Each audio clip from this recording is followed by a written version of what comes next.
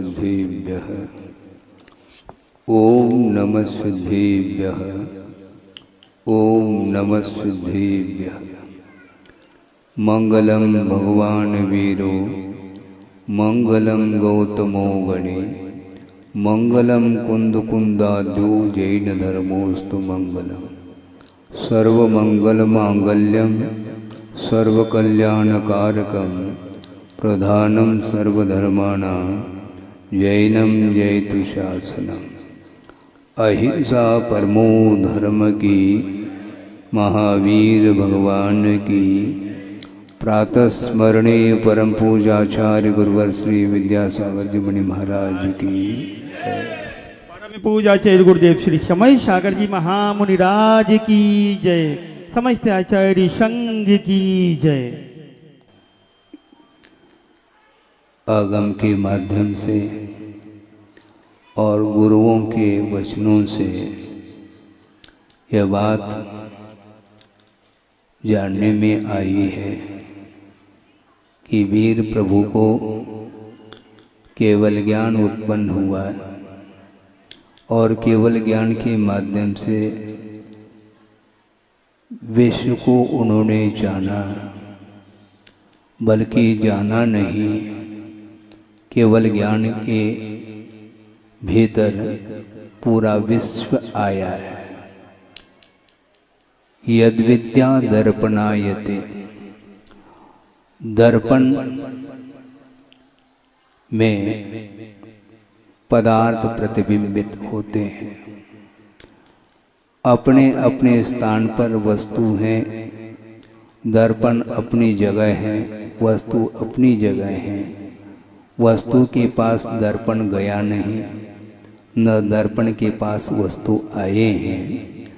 यथावत स्थान में वो पदार्थ विद्यमान होते हुए भी दर्पण में एक विशेषता यह रहती है, उन सभी वस्तुओं को प्रतिबिंबित कराने की योग्यता उस आईने में आता दर्पण में हुआ करती है। उसी प्रकार यद विद्या, जिनकी केवल ज्ञान रूपी विद्या में ये तीन लोग अवतरित हो रहा है। केवल ज्ञान की विराटता देखो। अनंतानंत जो पदार्थ हैं, द्रव्य हैं, उनके अतीत अनागत संबंधी पर्यायों के साथ और प्रत्येक द्रव्यगत जो अनंतानंत गुण हैं, उन गुणों के साथ एक समय में वो केवल ज्ञान के विषय बनते हैं। यानी केवल ही भगवान के लिए कोई भी पदार्थ अवशिष्ट नहीं रहा, ज्ञेयभूत पदार्थ जो उनके ज्ञान का विषय नहीं बना हो। इसके बावजूद भी उन्हें तीर्थंकर के लिए, वीर प्रभु के लिए उन पदार्थों में कोई भी आनंद नहीं आ रहा है।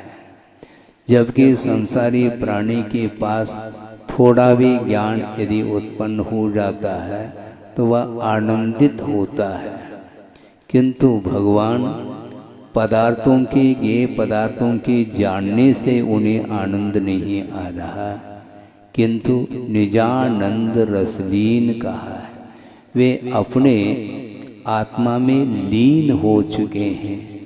सकल ज्ञेय ज्ञायक तदपि निजानंद रसलीन, सो जिनेन्द्र जयवंत नित अरि रज रहस विहीन कहा।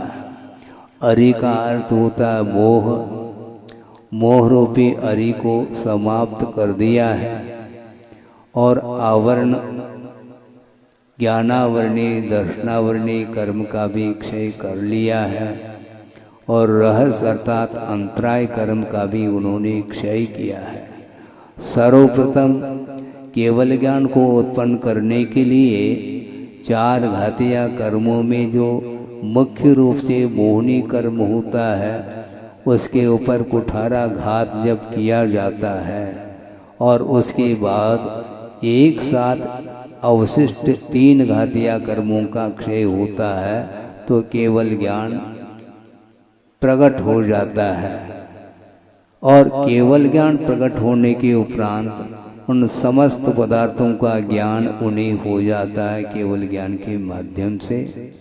किंतु एक विशेष बात मैं आपके सामने रख रहा हूँ सिद्धांत के आधार से, वह ये है सम्यक ज्ञान 5 प्रकार के हुआ करते हैं, जो पांचों ज्ञान प्रमाणभूत हुआ करते हैं, जिसमें मति ज्ञान, श्रुति ज्ञान, अवधि ज्ञान, मन परिज्ञान और केवल ज्ञान, ये जो 5 ज्ञान हैं ये पांचों सम्यक ज्ञान हैं। इसके उपरांत भी इन पांचों ज्ञानों में एकमात्र श्रुत ज्ञान एक ऐसा ज्ञान है जो वस्तु की प्ररूपणा करता है। मति ज्ञान, अवधि ज्ञान, मन परिज्ञान और केवल ज्ञान, ये चारों ज्ञान पदार्थ को जान सकते हैं, जानते हैं, इसमें कोई दो राय नहीं है। किंतु वस्तु तत्व की विवेचना जो होगी, प्रतिपादन जो होगा, वह श्रुत ज्ञान के माध्यम से ही होता है। केवली भगवान ने केवल ज्ञान के माध्यम से एक साथ समस्त पदार्थों का ज्ञान कर लिया, किंतु केवल ज्ञान के माध्यम से वस्तु तत्व की प्ररूपणा संभव नहीं, मात्र ज्ञान होता है। और प्ररूपणा जो होगी वह श्रुत ज्ञान के माध्यम से होता है, जिसको द्वादशांग बोलते हैं। तो आज इस तिथि के दिन ये गुरु पूर्णिमा क्यों मना रहे हैं? क्योंकि केवल ज्ञान उत्पन्न होने के उपरांत भी सुनते हैं 66 दिन तक दिव्य ध्वनि खिरी नहीं। क्यों नहीं खिरी? खिराई जाती है क्या? खिराई नहीं जाती, किंतु खिरती है। किंतु 66 दिन तक दिव्य ध्वनि क्यों नहीं खिरी, एक प्रश्न खड़ा है और उसका समाधान आज मिल जाएगा। गणधर परमेष्टि के अनुपस्थिति में दिव्य ध्वनि नहीं खिरी, इस प्रकार गुरुदेव के माध्यम से हमें जानकारी मिली है और निश्चित रूप से आगम में कहीं न कहीं विषय आया होगा। कहाँ आया, क्या आया, ये विषय अलग है, किंतु गुरुदेव के मुख से कई बार ये सुनने को मिला है कि दिव्य ध्वनि नहीं करने का एकमात्र कारण यह रहा कि गणधर परमेष्टि की अनुपस्थिति, और अनुपस्थिति में दिव्य ध्वनि नहीं खिरी, क्योंकि दिव्य ध्वनि जो खिरती है वह निरक्षरी हुआ करती है। और निरक्षरी जो दिव्य ध्वनि है वो ओंकारात्मक हुआ करती है, ध्वन्यात्मक हुआ करती है। उसके माध्यम से उस दिव्य ध्वनि की जो गहराई है, जो मूर्तामूर्त पदार्थ को जान करके जानने के बाद जो दिव्य ध्वनि खिलती है, उसके बाद उसकी विराटता को स्पष्ट करने की क्षमता गणधर परमेष्टि में हुआ करती है। और गणधर परमेष्टि की अनुपस्थिति के कारण दिव्य ध्वनि नहीं घिरी, ऐसा ये चर्चा का विषय आता है। तो आज के दिन इंद्रभूति, वायुभूति और अग्निभूति, ये 3 हैं। और ये तीनों अनेक विद्याओं में पारंगत थे। 500 शिष्य उनके साथ चल रहे थे, ऐसा भी आगम में पढ़ने को मिलता है। 500 शिष्य उन तीनों से आकर्षित थे, क्योंकि इंद्रभूति, अग्निभूति और वायुभूति, इनके पास इतना विशाल ज्ञान था। साहित्य के क्षेत्र में, सिद्धांत के क्षेत्र में, न्याय के क्षेत्र में, व्याकरण के क्षेत्र में, अन्य कलाओं में भी वे पारंगत थे। और विश्व के सामने अपने ज्ञान के माध्यम से आकर्षित करने का भाव उनका था, और जगह जगह जा करके अपने ज्ञान का प्रभाव डालते थे। किंतु वह लौकिक ज्ञान माना जाता है, जिसके माध्यम से आत्मा का अथवा परमार्थ का ज्ञान नहीं हो पाता। परमार्थ का बोध कराने वाला जो ज्ञान होता है वह सम्यक ज्ञान की कोटि में आता है। तो महाराज उन तीनों के पास इतना विराटता को लेकर के ज्ञान था और लोगों को आकर्षित करते थे वो, इसके उपरांत भी उनके पास सम्यक ज्ञान नहीं माना जाएगा क्या? आप समझते किसको सम्यक ज्ञान? वस्तुतः आगम में ये ज्ञात हो जाता, आगम के माध्यम से मिथ्यात्व की भूमिका में, यानी जो मिथ्या दृष्टि है, प्रथम गुण स्थान वर्ती है, उसके पास भी 11 अंग और 9 पूर्व तक का ज्ञान हो सकता है, होता है। मैक्सिमम ज्ञान जिसको बोलते हैं क्षोभशबात्मक ज्ञान, इतना होता है। इसके उपरांत भी उस ज्ञान के माध्यम से, उस द्रव्य श्रुति के माध्यम से दूसरे का कल्याण हो सकता है, इसमें कोई शक नहीं, किंतु उसके पास सम्यक ज्ञान फिर भी नहीं, क्योंकि भावात्मक जो ज्ञान होता है वह भी समीचीन होना आवश्यक होता है। दिया तले अंधेरा, आप लोग बोलते हैं ना, दीपक के द्वारा इर्द गिर्द जो भी पदार्थ हैं वह प्रकाशित हो रहे हैं, किंतु दीपक के तल में अंधेरा है। उसी प्रकार 11 अंग 9 पूर्व के धारी होकर के भी मिथ्यात्व अवस्था में जो चलता है जीव, वह उसके आत्म तत्व को प्रकाशित वह नहीं कर पाता उस ज्ञान के माध्यम से, क्योंकि उसके पास श्रद्धान नहीं है। श्रद्धान के अभाव में ज्ञान वह सम्यक ज्ञान की कोटि में नहीं आता, वह मिथ्या ज्ञान की कोटि में आता है। इसलिए सम्यक ज्ञानम प्रमाणम, ऐसी एक सूत्र, एक पंक्ति आती है, सूत्र आता है, समीचीन ज्ञान ही प्रमाण की कोटि में आता है। अन्यान्य जो लौकिक ज्ञान है वह प्रमाण की कोटि में नहीं आ सकते। तो ऐसी स्थिति में यत्र तत्र जाकर के प्रभावना कर रहे हैं अपनी दृष्टि से, और अहंकार के साथ वो चल रहे हैं तीनों। मेरे सामने विश्व में और कोई भी ज्ञानी, और कोई भी विद्वान, और कोई भी कला संपन्न नहीं है, इस प्रकार उनके अंदर भाव जागृत हुआ है। इसको बोलते हैं ज्ञान का मद। किंतु उस समय इंद्र, अपने सौधर्म इंद्र को चिंता होती है कि प्रभु को केवल ज्ञान तो हो गया, दिव्य ध्वनि खिर नहीं रही है, अब कैसे खिरेगी?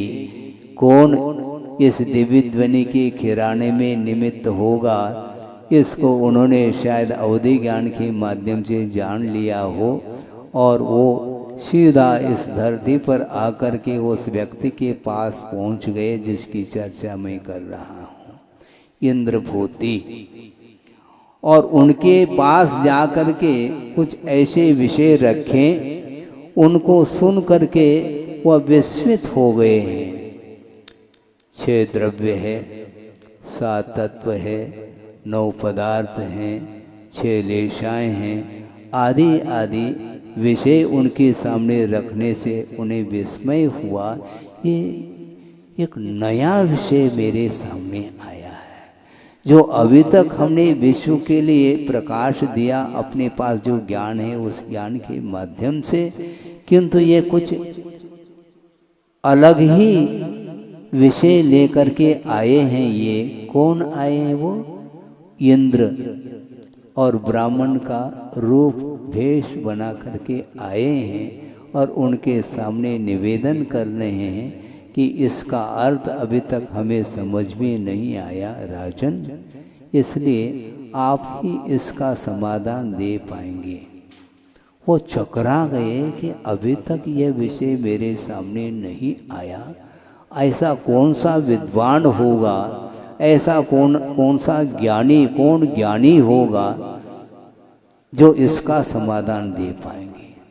जो आए थे इंद्र ब्राह्मण का रूप लेकर के, उन्होंने कहा कि महाराज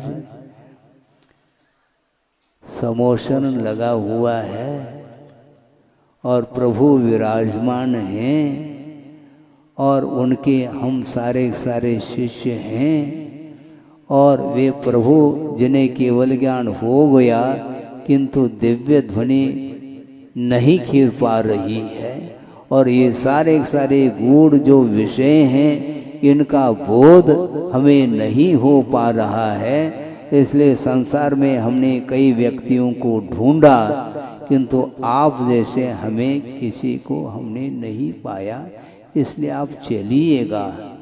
अच्छा, वो कौन है? वो गुरु हैं हमारे। अच्छा, तुम्हारे गुरु हैं? तो तुम्हारे गुरु हैं तो हमारे भी गुरु वही कहलाएंगे, किंतु अभी तो मैं उनको गुरु के रूप में स्वीकार नहीं कर सकता, क्योंकि मेरे पास जो ज्ञान है शायद ही किसी के पास होगा। इस प्रकार उसके अंदर विचार चल रहे हैं। इसके उपरांत भी उस इंद्र ने जो कहा उनके कहे अनुसार वह पहुंच जाते हैं। कहाँ पर? समोशरण में अभी प्रवेश नहीं पाया। समोशरण के बाहर एक मानस स्तंभ, जो उत्तुंग मानस स्तंभ है, जिसमें चारों दिशाओं में 4 प्रतिमाएं विराज बिंब स्थापित हैं, उसका दर्शन उन्होंने किया तो झर झर झर झर जो कौन सा वो मद था अपने अंदर, वो झर झर करके वह सब समाप्त हो गया। अच्छा, ऐसा रूप है दिव्य रूप, इसको हमने अभी तक नहीं देखा, न देख सकूंगा। इस प्रकार विस्मित हो गए और आश्चर्यचकित हो गए। शायद उस मानस स्तंभ के दर्शन से ही सारा का सारा मान उसका गलित हो गया और भीतर प्रवेश पाता है तो प्रभु का दर्शन होते ही अब कहना ही क्या है। इसके अलावा मेरे लिए संसार से तारने वाले, भव समुद्र से पार लगाने वाले और कोई भी व्यक्तित्व संभव ही नहीं। इस प्रकार उसके मन में विचार आने लगे और श्रद्धा का विषय बन जाता है। सम्यक की उत्पत्ति होती है और जैसे ही सम्यक दर्शन रूपी दीप जब जल जाता है तो सारा का सारा वह मद समाप्त होते ही समर्पण का भाव जागृत होता है और प्रभु को साक्षी मान करके उनको गुरु के रूप में उन्होंने स्वीकार कर लिया और दिगंबरी दीक्षा उन्होंने ली। प्रभु कभी भी किसी को दीक्षित नहीं करते, प्रभु किसी को दीक्षा नहीं देते, किसी को शिक्षा नहीं देते बुला करके। देने वाले कौन? कोई देने वाला नहीं। और वे प्रभु भी किसी से दीक्षित हुए हैं ऐसा नहीं, वे स्वयं ही दीक्षित हो जाते हैं, इसलिए उनको स्वयंभू बोलते हैं, स्वयं दीक्षित होते हैं।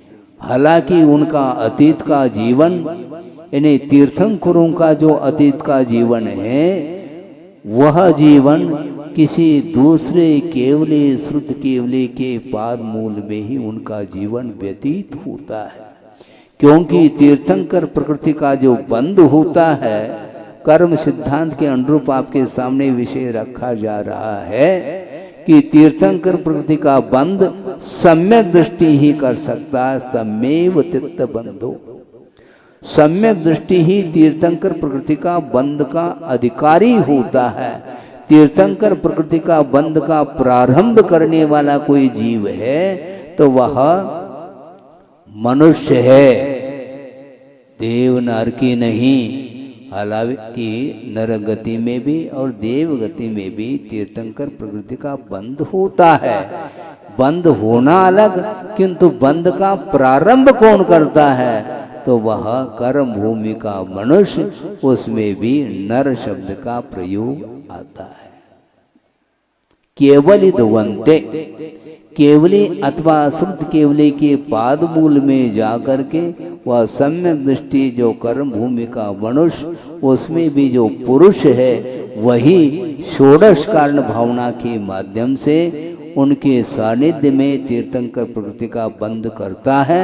फिर कालांतर में जाकर के जब तीर्थंकर प्रकृति का उदय आता है उस समय केवल ज्ञान की उत्पत्ति होती है। तो प्रभु का जीवन वर्तमान में तो वो स्वयंभू रहे, किंतु अतीत में निश्चित रूप से उन्होंने गुरु को स्वीकार किया था।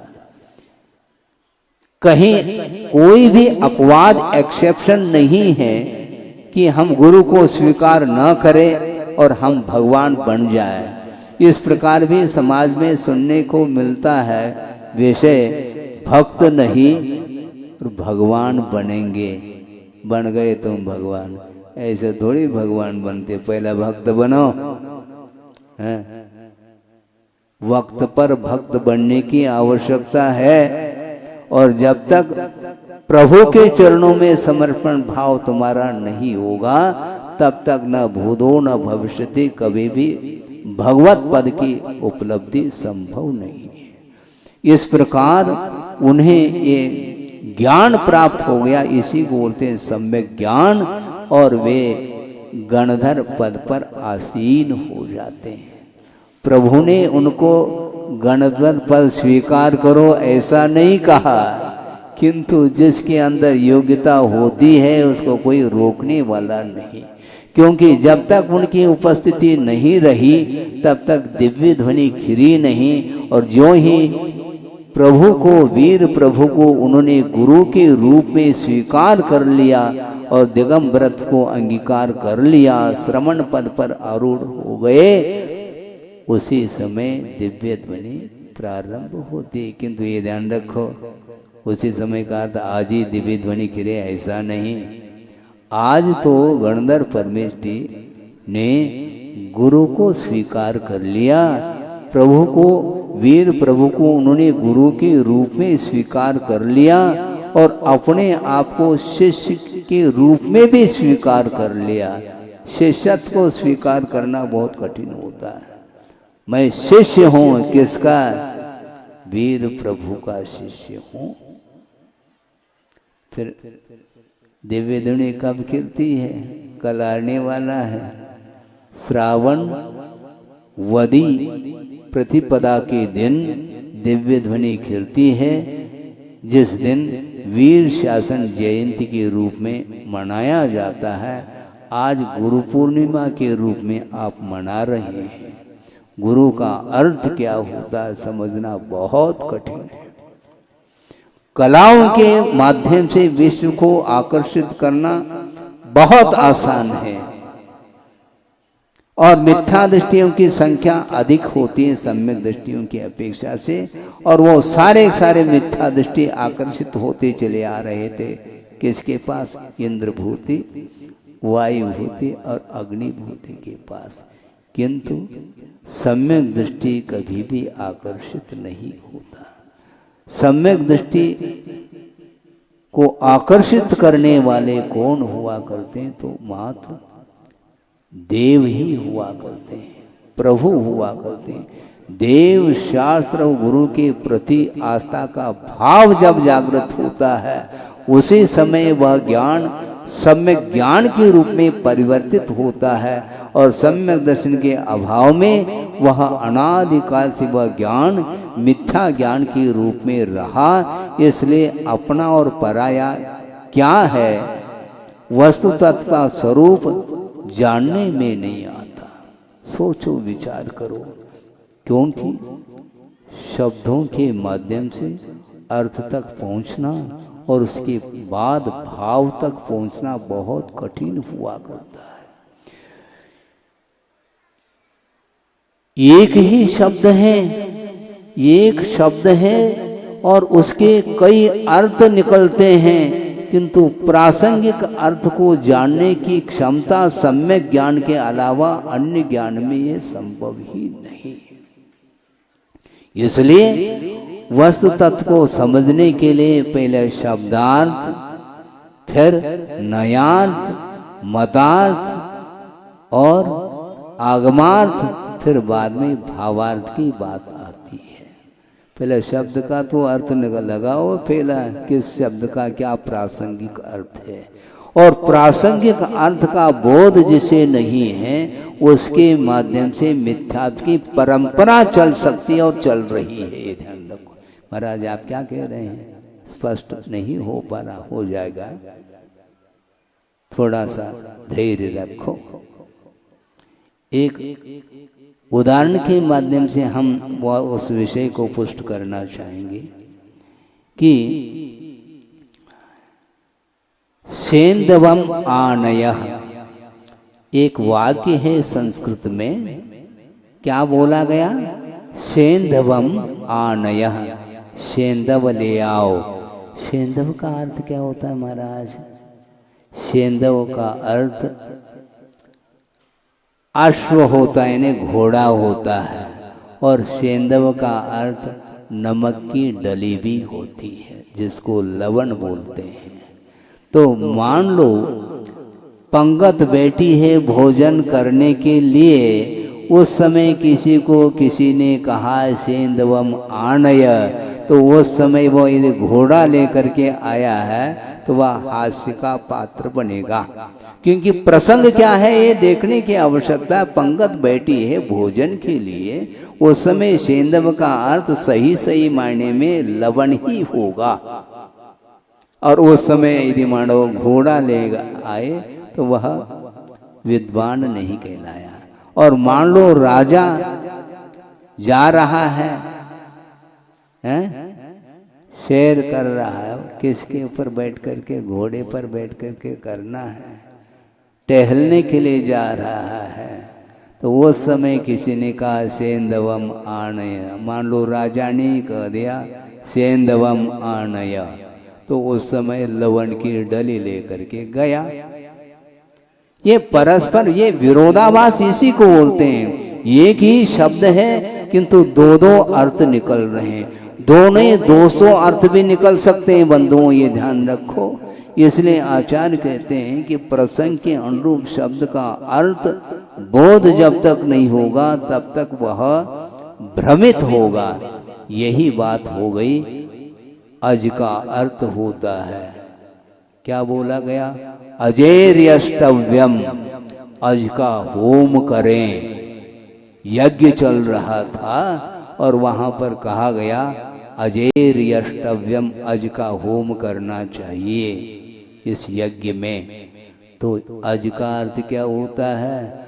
अज का अर्थ पुराना धान होता है और अज का अर्थ बकरा भी होता है।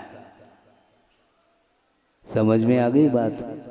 और ये मिथ्यात्व की परंपरा आज भी चल रही है और पशु का होम किया जाता है, जबकि उस यज्ञ में पुराना धान का भी होम किया जा सकता और करना चाहिए था, किंतु दिमाग दौड़ता नहीं।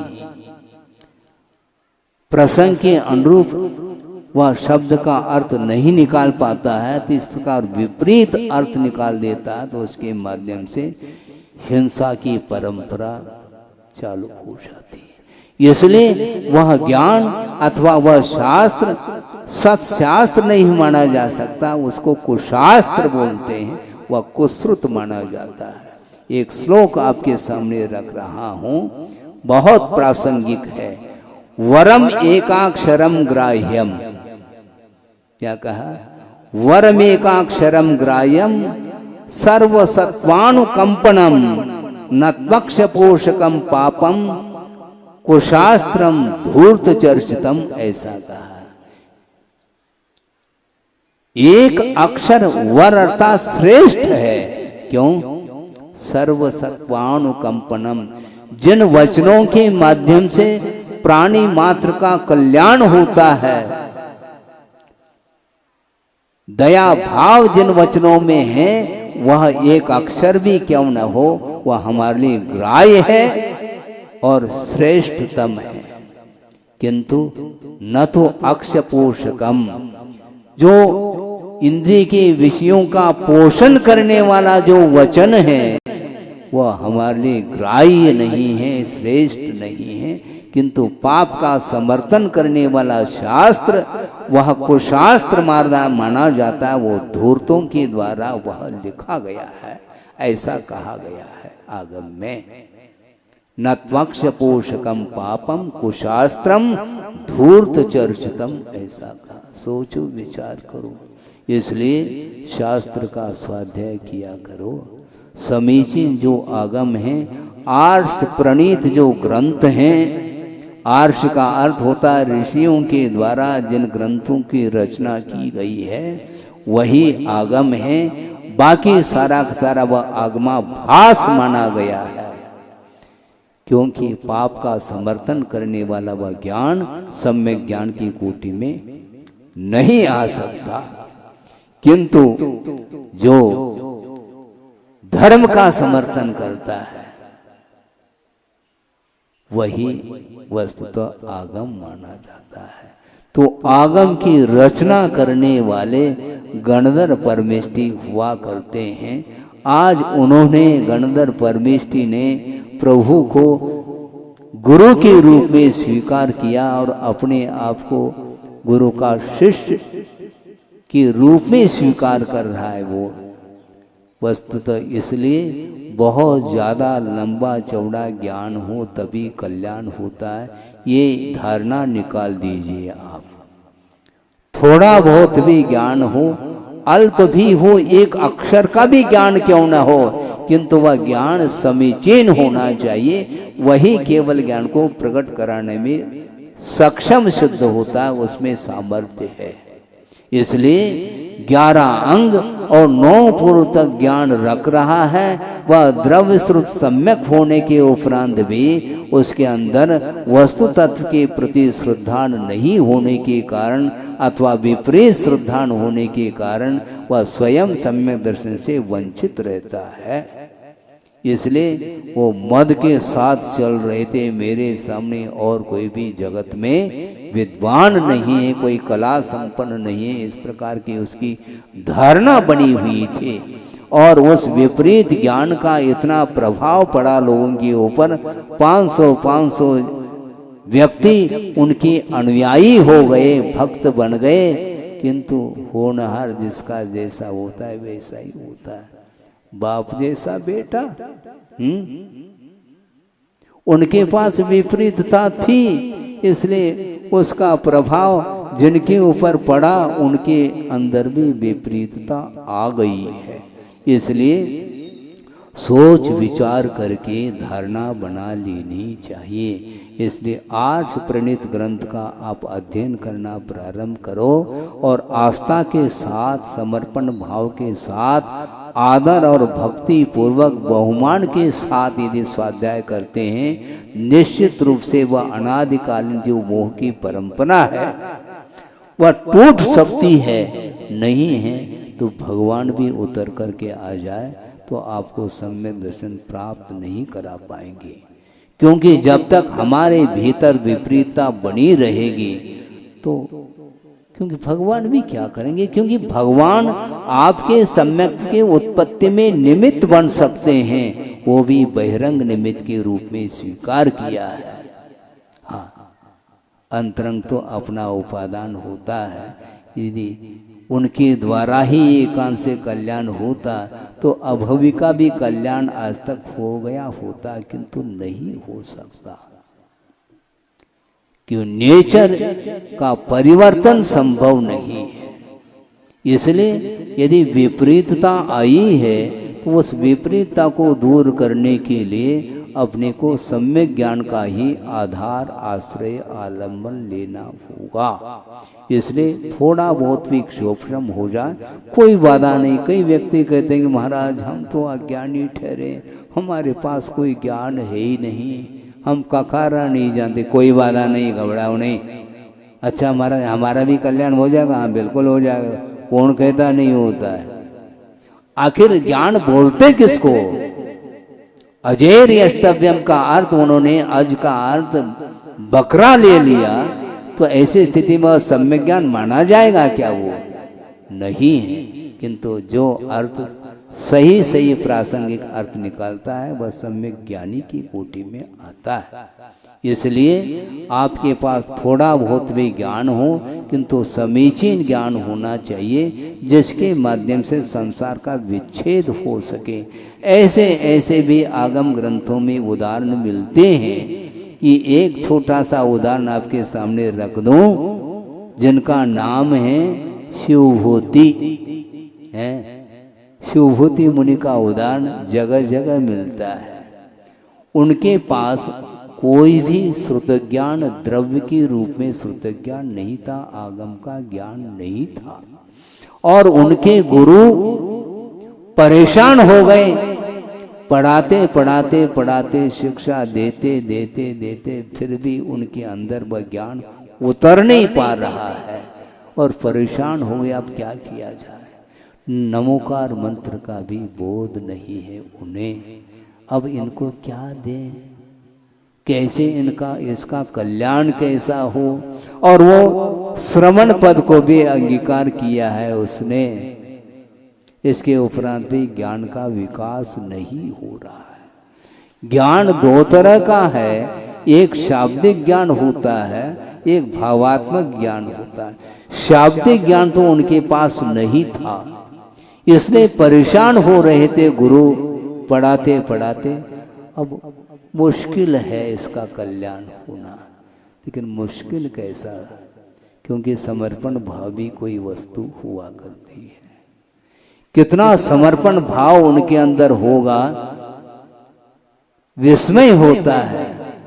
हम और आपके पास इतना लंबा चौड़ा ज्ञान होने के उपरांत भी तर्क वितर्क करते चले जा रहे हैं, किंतु जिनवाने के प्रति अथवा गुरु के प्रति, प्रभु के प्रति समर्पण का भाव जागृत नहीं हो पा रहा है। और एक दिन वो शिवभूति आहार के लिए निकले, ऐसा सुनने को मिलता है। गुरुदेव के मुख से हमने कई बार इस प्रसंग को सुना है, इसलिए आपके सामने संक्षिप्त में रख रहा हूँ। आहार के लिए निकले हैं और सड़क से जा रहे हैं, और एक वृद्धा है, वृद्ध महिला, और वो क्या कर रही हैं? उड़द जानते हैं आप? हाँ। और उड़द का दाल है, और उसको साफ कर रही है। छिलके को अलग कर रही है और दाल को अपनी ओर, और छिलके को फटकार रही है। किस में रख करके? सोफा बोलते हैं, सोफा सेट ने उस पर बैठ करके आप, वो अलग है, ये सोफा उसमें रख करके वह साफ कर रही है, और उनकी दृष्टि उस ओर जाती है। उन्होंने पूछा, माँ ये क्या कर रही हो? कुछ नहीं कर रही हूँ, ये उड़द के दाल हैं और ये छिलके हैं, छिलके को मैं फटकार रही हूँ और दाल को मैं ले रही हूँ। यानी दाल ग्रहण करने योग्य है और छिलका ग्रहण करने योग्य नहीं है। इस प्रकार उन्होंने कहा। बस गाड़ी रिवर्स हो गई। आहार करने के लिए निकले, वो आहार करने के लिए अब उनकी भावना नहीं हुई, वापस हो गए, ऐसा सुना हमने। और वापस हो करके गुरुदेव के सामने नतमस्तक हो गए और एकांत में बैठ करके उन्होंने ध्यान लगाया। और ध्यान लगाने के उपरांत अंतर्मूर्त में उन्हें केवल ज्ञान प्रकट हो गया। सोचो, विचार करो, ऐसा कौन सा ध्यान लगाया होगा महाराज उन्होंने? लंबा चौड़ा तो ज्ञान है ही नहीं उन्हें, न लंबा होता न चौड़ा होता है, ज्ञान हुआ करता है, ये ध्यान रखो। वस्तुतः अपना और पराया ये भेद ज्ञान जिसे हो गया इतना पर्याप्त है। छोड़ने योग्य पदार्थ कौन से हैं? हे और उपादेय का बोध होना चाहिए, दो ही। ज्यादा शास्त्र का ज्ञान कोई आवश्यकता नहीं मुझे। हे का अर्थ छोड़ने योग्य। क्या छोड़ने योग्य है? पंचेंद्र के विषय ये छोड़ने योग्य है, ये है। ये संसार के लिए कारण है, इस प्रकार श्रद्धा का विषय बनना चाहिए। और उपादेय अर्थात ग्रहण करने योग्य क्या है? शुद्ध परमात्म तत्व ही मेरे लिए ग्रहण करने योग्य है। इस प्रकार का शिवभूति मुनि के अंदर ज्ञान आ गया। तो उन्होंने सोचा जो शुद्ध परमात्म तत्व है वह उड़द के समान है, वह ग्रहण करने योग्य है। और यह शरीर, यह देह जो है ना छिलके के समान है, इसको छोड़ने योग्य है। ये इसको बोलते हैं भेद विज्ञान शिवभूति ने। तुष्मासम घोषंतो, तुष और मांस, तुष का अर्थ होता है छिलका, भूसा, और मांस का अर्थ होता है उड़द। इसलिए आत्म तत्व उड़द के समान है, वह ग्रहण करने योग्य है। किंतु संसारी प्राणी उस आत्म तत्व को छोड़ करके जो छिलका है उसके पीछे भाग रहा है। बहुत विचित्र दशा है। एक बार एक सज्जन ने कहा गुरुदेव के पास पहुंच करके, महाराज आप जब भी मंच पर विराजमान होते हैं और आपका उपदेश प्रारंभ होता है, देशना प्रारंभ होती है, उस समय हमें बहुत नींद सताती है। मैं क्या करूं? बहुत प्रयास करता हूं लेकिन नींद ही नींद, एक अक्षर भी सुन नहीं पाता, नींद घिर जाती है, निद्रा घिर जाती है। उसके लिए क्या किया जाए? तो गुरुदेव ने कहा कब कब निद्रा आती है ये तो बता। महाराज जब माला जपने के लिए बैठ जाता हूँ तो नींद आती है, उपदेश सुनने के लिए बैठ जाता हूँ तो नींद आती है, कभी कोई तत्व चर्चा का प्रसंग आता है उस समय नींद आती है। तो गुरुदेव ने ये पूछा कि देखो, जब तुम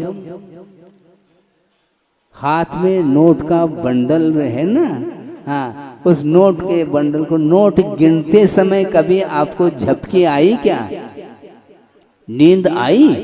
महाराज नींद उस समय तो नींद नहीं आती, शानी है वो निद्रा तुम्हारी।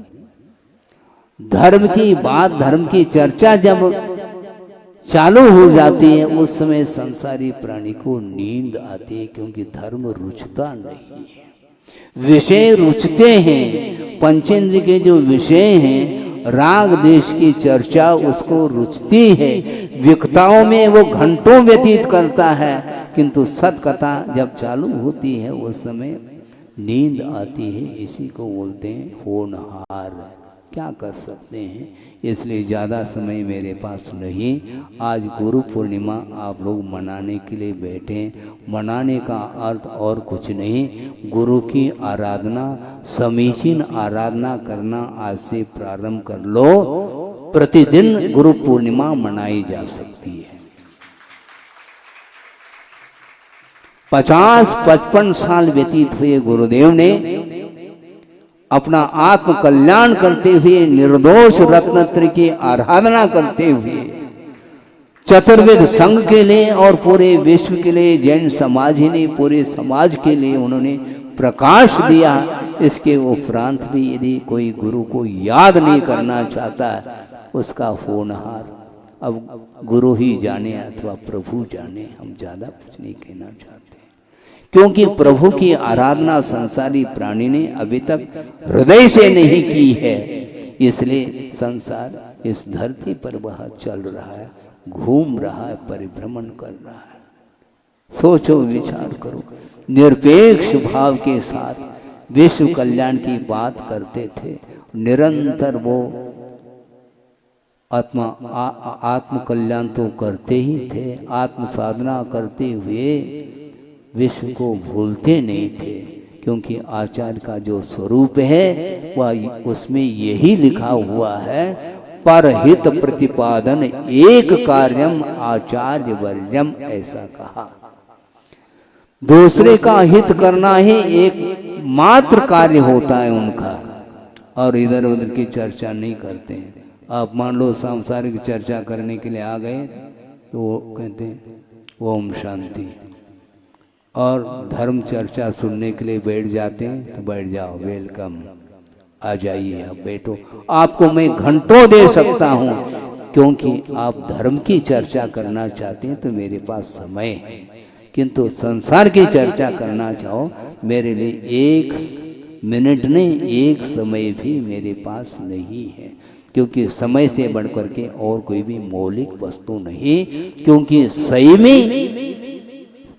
संयम के माध्यम से रत्नत्र की आराधना के द्वारा वह प्रति समय असंख्यात कर्मों की निर्जरा करता है। इसलिए मुझे असंख्यात कर्मों की निर्जरा करने के लिए साधना अपनाई है, इसलिए हम व्यर्थ की चर्चाओं में हम समय दे नहीं पाएंगे। इस प्रकार गुरुदेव का कहना रहता है। एक और छोटा सा प्रसंग आपके सामने रखूं, गुरुदेव के विषय में है, इसलिए मैं अपने आप को संभाल नहीं पा रहा हूं, क्योंकि गुरु का जो गुणानुवाद करने का जो अवसर आता है तो उस समय को नहीं देखा जाता, किंतु समय अर्थात आगम को ही देखा जाता है। तो 78 की बात है, या 3 चातुर्मास उन्होंने नैनागिरी में किए हैं, 78 और 81 और 82 लगातार 2 चातुर्मास उनके हुए।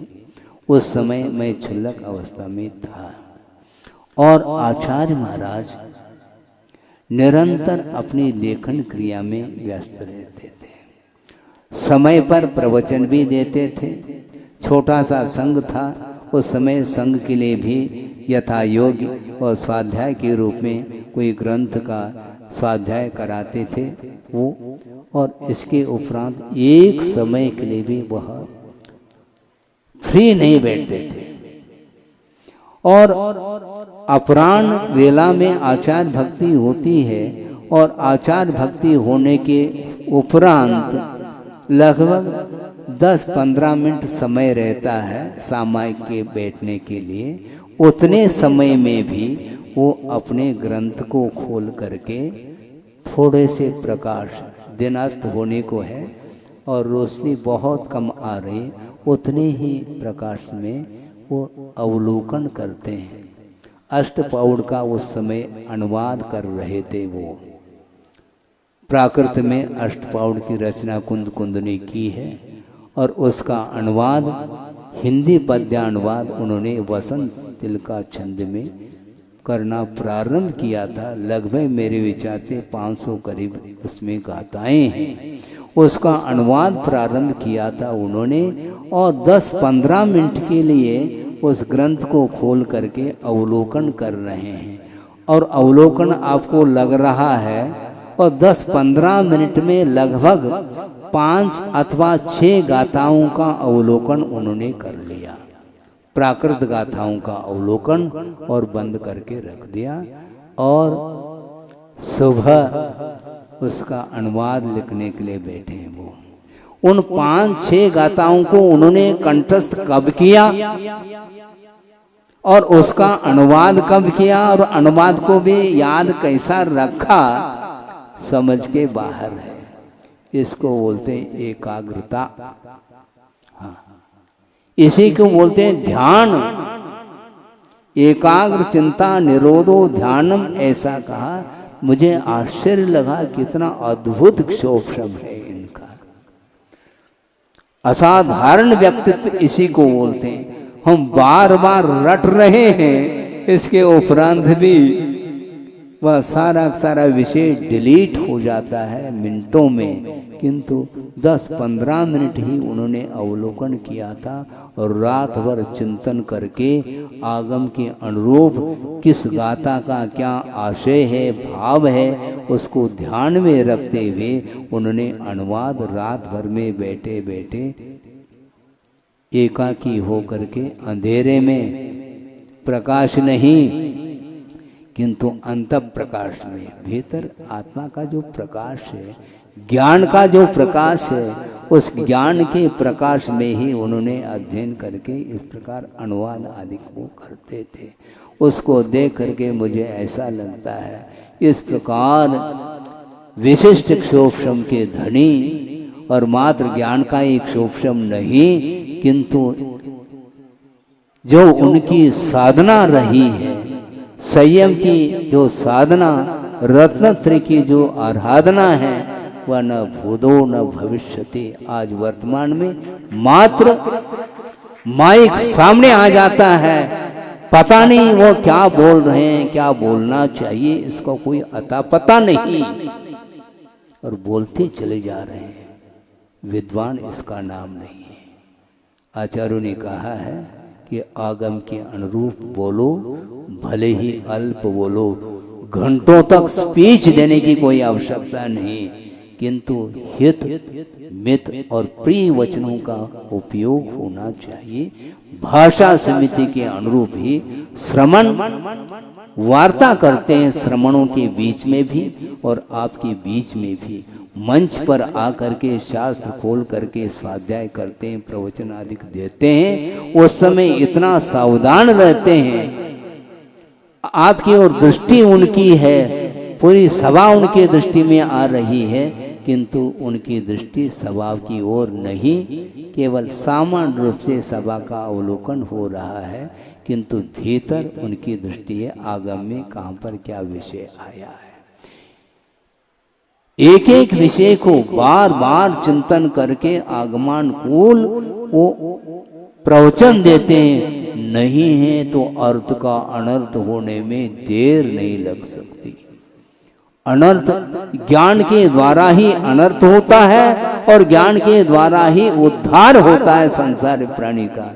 जो उद्धार करने में जो सक्षम समर्थभूत जो ज्ञान है, वही सम्यक ज्ञान माना जाता है, और बाकी सब ज्ञान वह विपरीत ज्ञान माना जाता है। इसलिए गणधर परमेष्टि आज बने, द्वादशां की रचना उन्होंने की है, लेकिन क्योंकि गणधर परमेष्टि आज गणधर बने हैं, प्रभु को गुरु के रूप में स्वीकार किया है, अपने आप को शिष्य के रूप में स्वीकार कर रहे हैं, और दिव्य ध्वनि खिरेगी जो कि वीर शासन जयंती के रूप में श्रावण वदी प्रतिपदा के दिन उसको मनाया जाता है। आज संक्षेप में गुरु का क्या स्वरूप होता है, प्रभु का क्या स्वरूप होता है, आगम का क्या स्वरूप होता है, इसको संक्षेप में आपके सामने रखा है। और आगे भी इसी प्रकार समयानुसार प्रसंग के अनुरूप आगम के आधार से यहाँ पर चर्चा करेंगे,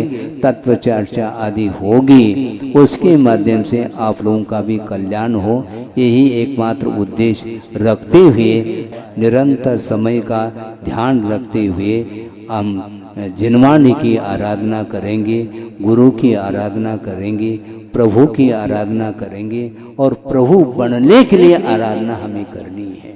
बाकी आराधना यदि प्रभु बनने के लिए यदि नहीं करते हैं तो कभी भी संसार का विनाश संभव नहीं है।